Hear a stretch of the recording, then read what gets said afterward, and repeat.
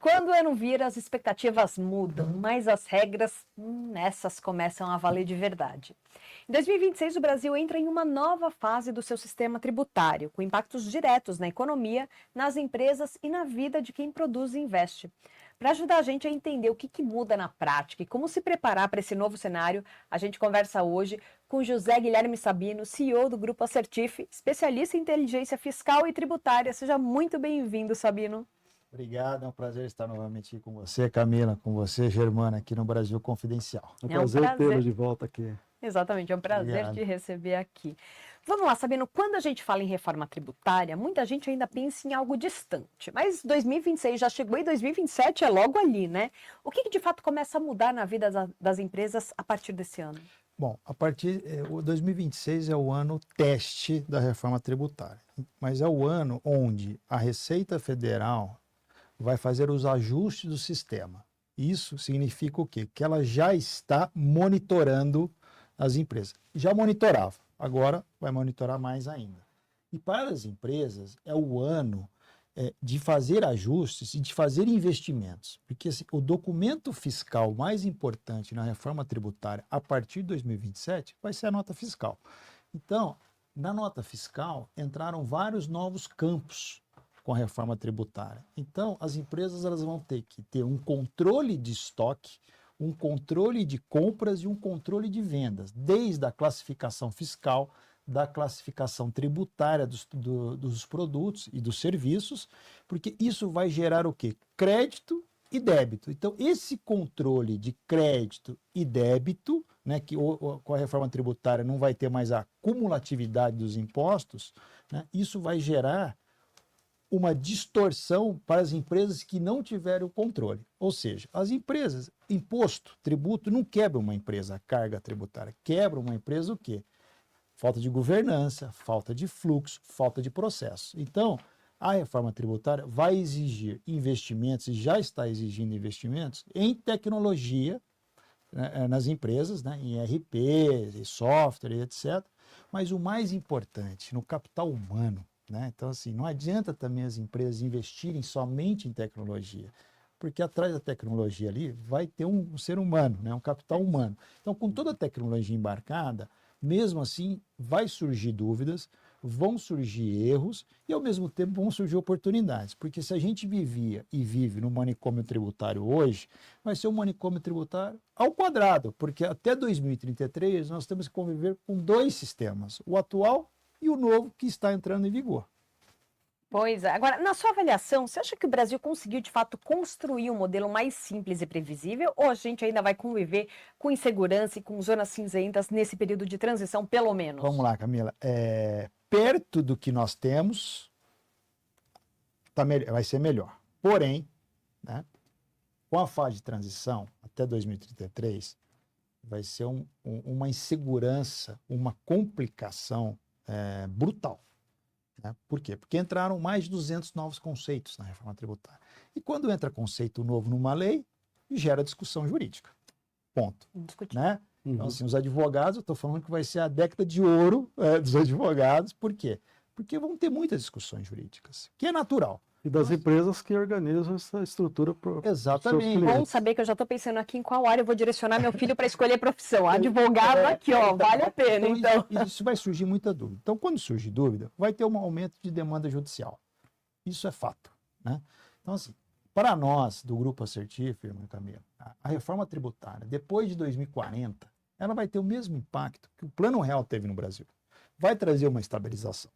Porém, até chegarmos lá, vai ter essa insegurança, né, dúvidas, né, erros, e isso faz com que vai gerar uma insegurança, não só por parte das empresas, porque é uma reengenharia, uma reorganização do fisco.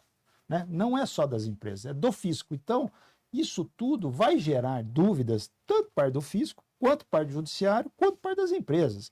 Então, até isso se acomodar, virar jurisprudência, todo mundo estiver na mesma sintonia, vai gerar muita insegurança na reforma tributária. Por isso que as empresas têm que estar organizadas fiscalmente. Quando você falou isso, era uma pergunta que eu ia deixar mais para frente, mas eu vou acabar falando sobre ela porque essa automatização de processos, ela precisa ser implementada, porque as empresas hoje, elas estão muito no automático ali, só que a partir de agora, com esse aumento da fiscalização da Receita e tal, quem não tiver ali preparado vai sofrer autuações pesadas, porque a Receita hoje ela está toda com sistemas efetivos ali. E como é que vai fazer? Quer dizer, as empresas que fazem a consultoria, elas vão ter mais espaço ou a empresa vai ter que investir em sistemas próprios? Na verdade, o mercado, as empresas vão ter que investir em sistema próprio, né? Ou contratar sistemas de terceiro, né? Porque hoje tudo é digitalmente, né? A Receita Federal, então todos os documentos são digitais, tudo é digital, né? Então, assim, a reforma tributária no Brasil, nesse IVA dual, ela tende a ter sucesso porque o nosso sistema financeiro é um sistema financeiro avançado, tecnologicamente, né? Então, todo esse sistema fiscal, baseado na nota fiscal, quer dizer, isso tudo faz com que as empresas vão ter que fazer esse investimento em tecnologia ou contratar empresas que tenham esse tipo de software. E para as empresas de consultoria como a nossa, é um mercado que se abre, um novo mercado, né? Porque como gera muita insegurança, muita dúvida, esse mercado, consequentemente, vem nos consultar. E quem não se preparar para esse processo pode até quebrar, né? Não, quem não começou a se preparar já está atrasado, né, Germano? Porque a implementação da reforma tributária dentro de uma empresa não é da noite para o dia, né? Se a gente pegar aí pesquisas, mais de 60% dos escritórios contábeis não estão preparados para a reforma tributária. Então, embaixo desses escritórios contábeis, quantas empresas eles atendem? Né? Então, esses números começam a nos deixar preocupados, Germano, né? Então, tem gente até que fala, pô, vamos pedir um adiamento. Não vai ter um adiamento da reforma tributária. Pelo contrário, porque ela já começou. já começou a ser né? instrumentalizada. Exatamente. Né? Então, tem empresas que criaram comitês específicos da reforma tributária, mas isso as grandes empresas ou as médias empresas. Enfim, mas assim, muitas empresas que não se atentarem, né, não começarem a analisar o seu preço, né, a sua cadeia de fornecedores, ela pode vir a quebrar. Porque eu costumo dar o seguinte exemplo, né? Todas as empresas vão estar alinhadas no mesmo na linha de largada. Né? Todo mundo em primeiro lugar, né? Vamos falar assim. Então, quem está se preparando e vai largar na frente do seu concorrente, né?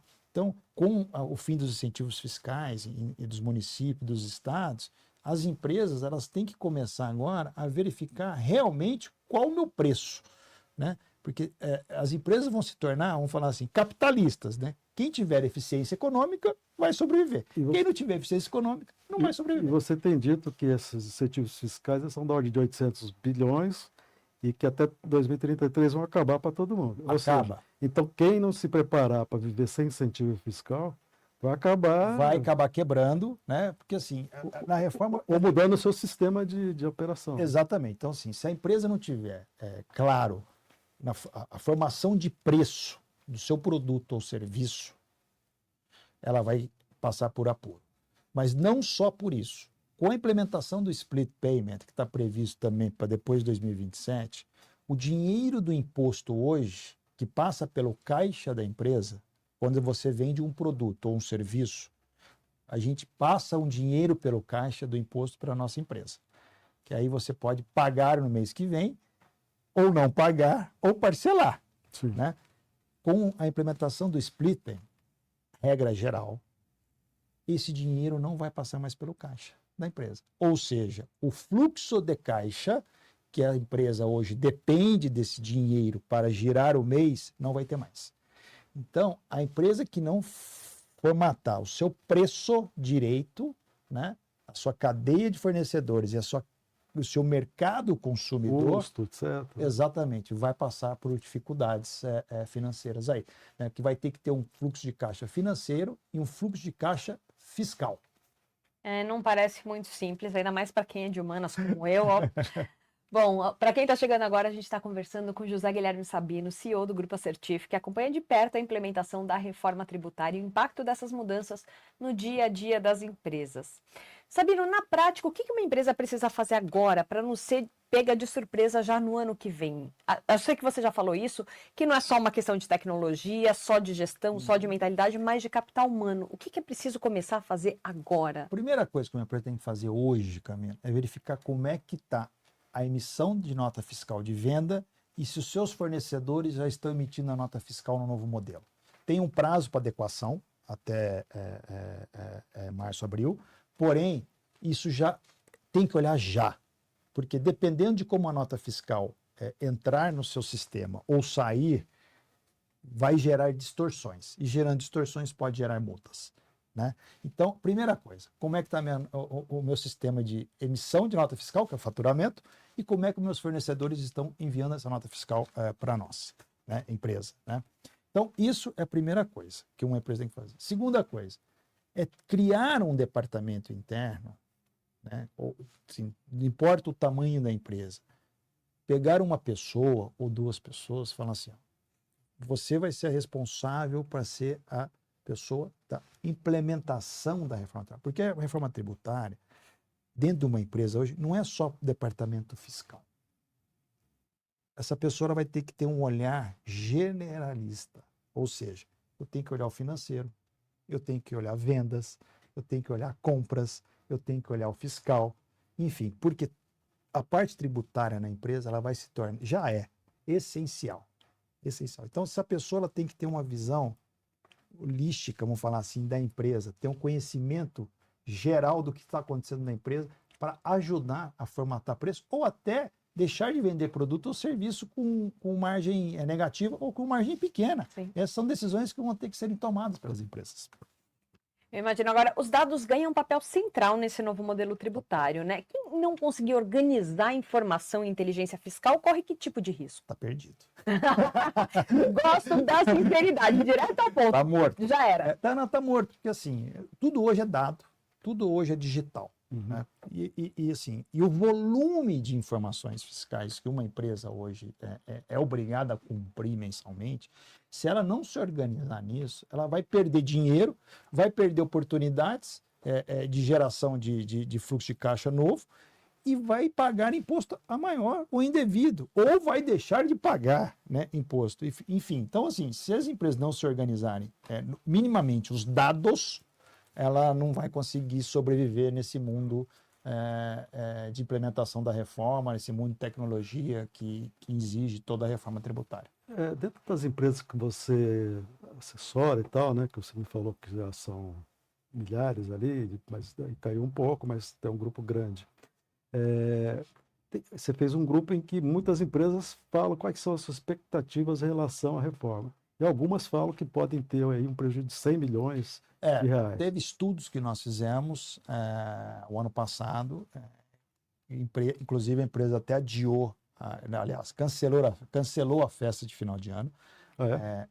Cancelou a festa de final de ano, porque o impacto da reforma nessa empresa seria de 100 milhões de reais já a partir de 2027. E o que eles estavam fazendo de errado? Na verdade, assim, eles têm incentivo fiscal, Sim. né, em algumas cidades do interior. O mercado consumidor era em outro estado.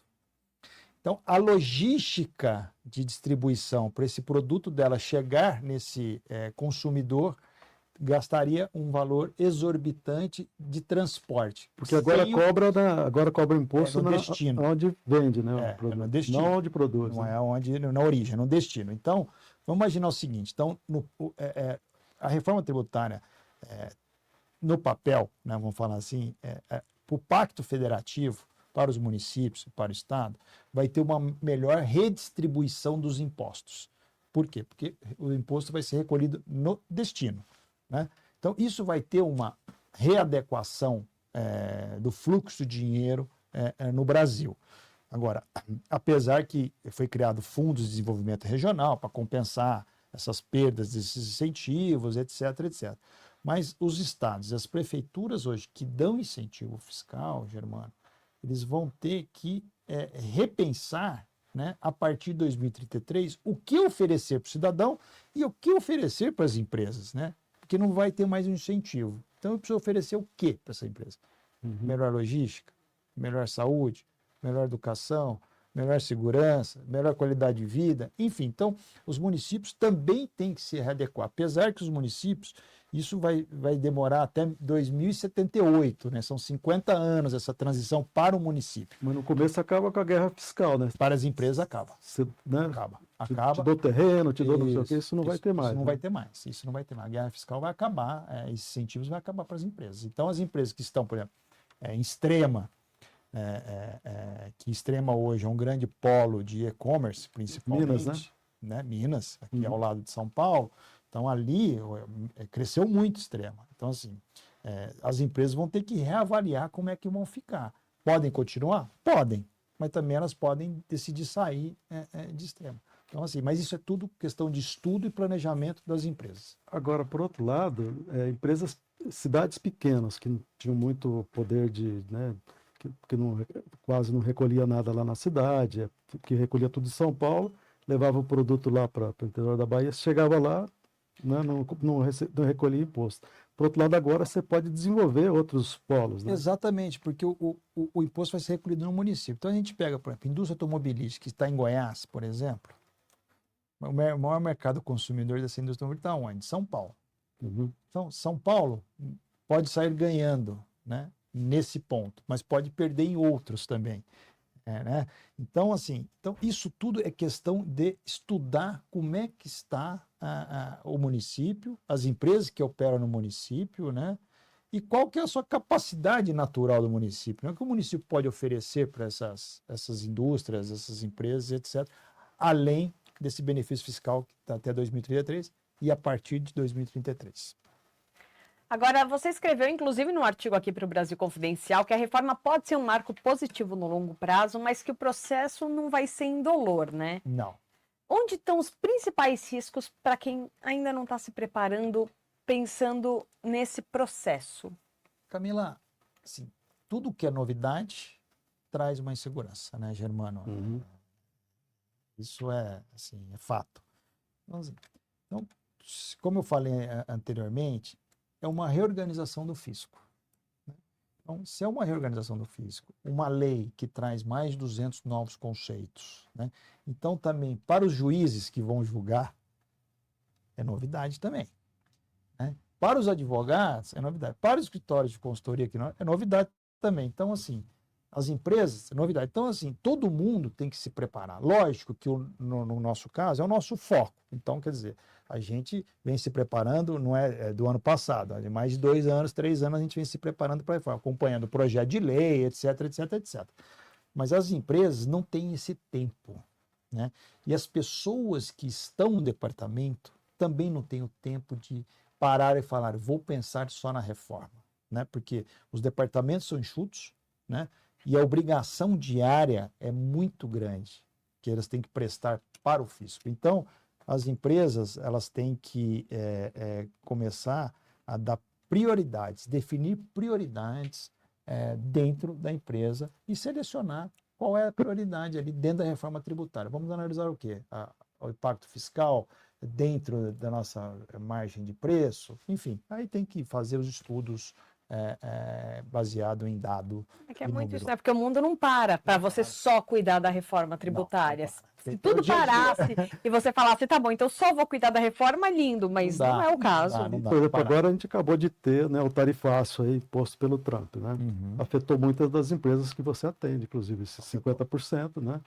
Muitos dos seus clientes, olha, mas apesar que agora muita gente está também redirecionou as suas vendas para outros lugares e acabou compensando e, no fundo, acabou sendo até positivo aí nessa realocação, né? Como é que os seus clientes veem essa disputa aí no tarifa e também nessa guerra Estados Unidos, Venezuela? Você acha que isso pode ter mais impactos nos seus clientes? Bom, vamos lá. Quando veio o tarifaço, Germano, eu tive cliente que estava com um produto embarcado no Porto de Santos.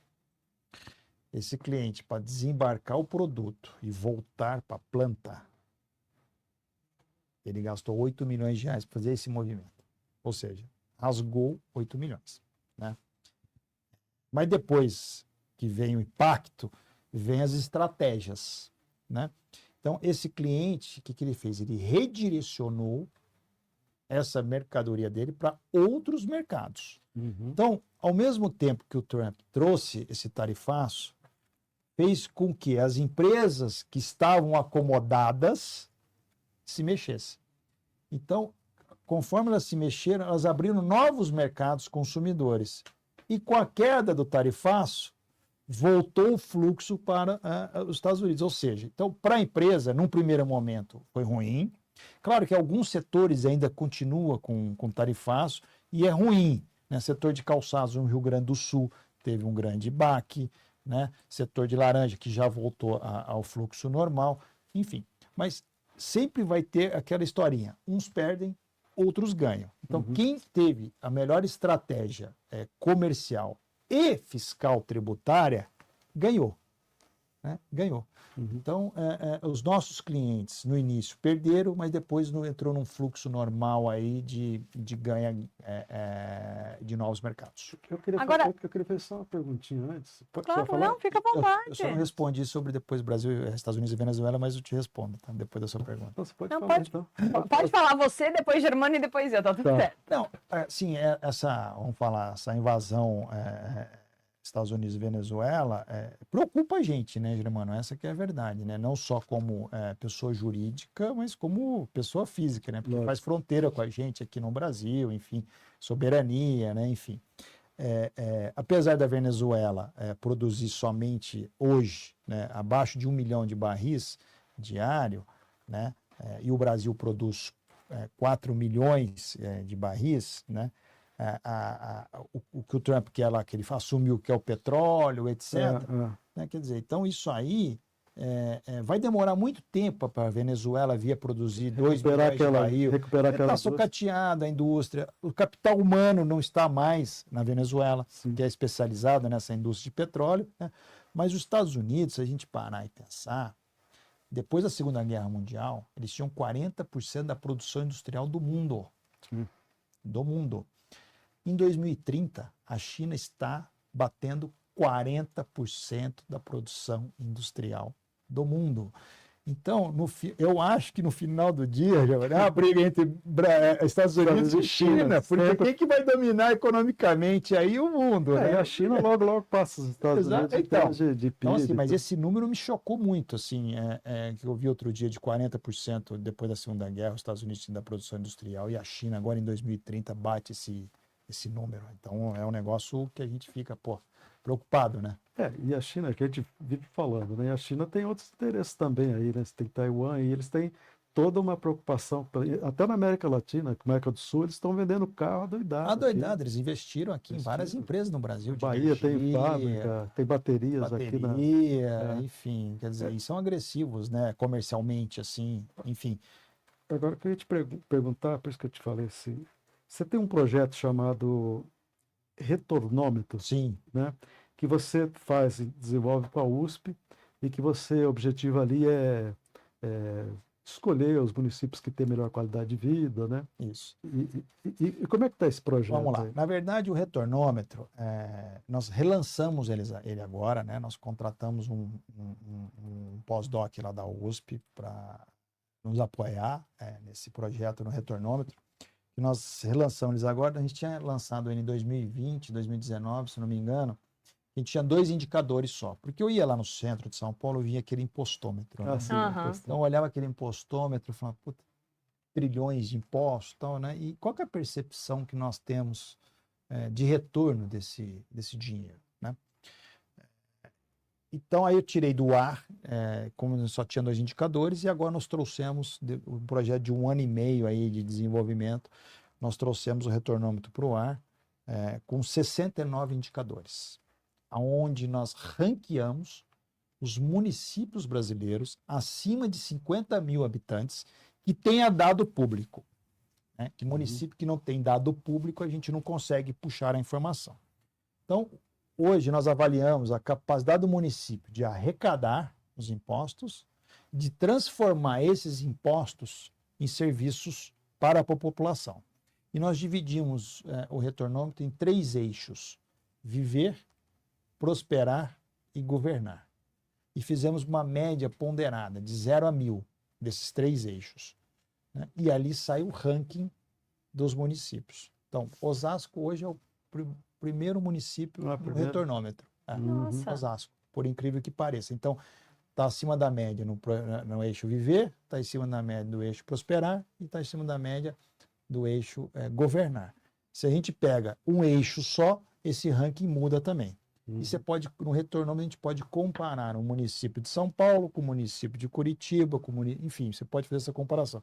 Mas isso mostrou para a gente também uma grande distorção no Brasil, né? Então a gente vê assim, o ranking, né, dos municípios, né, são poucos que tem no Nordeste e no Norte, né? Então a gente vê que a distribuição de renda não é uma distribuição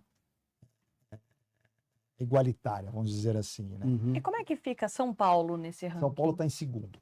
O estado de São Paulo é o melhor estado no retornômetro. A melhor região é a região sul. Tá? Qualidade de vida, né? Isso. Então, assim, agora você vai subindo isso para o Nordeste, os índices vão caindo. Isso serve, o retornômetro ele serve primeiro. É uma ferramenta de pesquisa para o gestor público, para o empresário e para o cidadão, né? Que a função nossa é o quê? Da transparência para a população em geral, né? De como está o seu município, né? Como é que o gestor está aplicando o dinheiro dos impostos de saúde, educação, meio ambiente, etc, etc, etc. Então isso serve para o gestor público, né? Verificar aonde ele pode melhorar, que isso vem em encontro com a reforma tributária, Germano, quer dizer, como vai acabar os incentivos fiscais, o que eu, gestor público, preciso melhorar no meu município, né? Serve para o cidadão, dependendo da época de vida que ele está, eu quero uma cidade melhor para viver. Pesquisa no retornômetro, ali vai ter a melhor cidade para ele viver. Qual que é a melhor cidade para eu prosperar? Tal cidade. E para as empresas também entra e vem de encontro com a reforma tributária. Por quê? Vai acabar o incentivo fiscal, né? Eu vou tomar uma decisão de mudar a planta industrial da minha empresa. Para qual município eu vou? O retornômetro vai te dar uma bússola, um norte para tomar decisão. Então, é uma ferramenta analítica para suporte de tomada de decisões. Olha, eu já estou aqui no site, eu já estou vendo. Gostei da ideia. Muito. Agora, bom, daqui a pouco eu navego aqui e dou aquela pulsada boa. Boa, Agora, para a gente fechar a questão da reforma tributária, para quem está esperando para ver como é que a reforma vai funcionar antes de começar a fazer alguma coisa, essa pessoa corre algum risco? E dá tempo de corrigir lá na frente alguma coisa? Ou o custo vai ser muito alto? O custo vai ser alto, sempre dá para corrigir, né? Vamos dizer assim, Camila. Mas ela corre risco. Qual que é o risco? Depende, se ela emitir uma nota fiscal errônea, o fornecedor dela vai falar assim, não vou te pagar porque a nota fiscal está errada.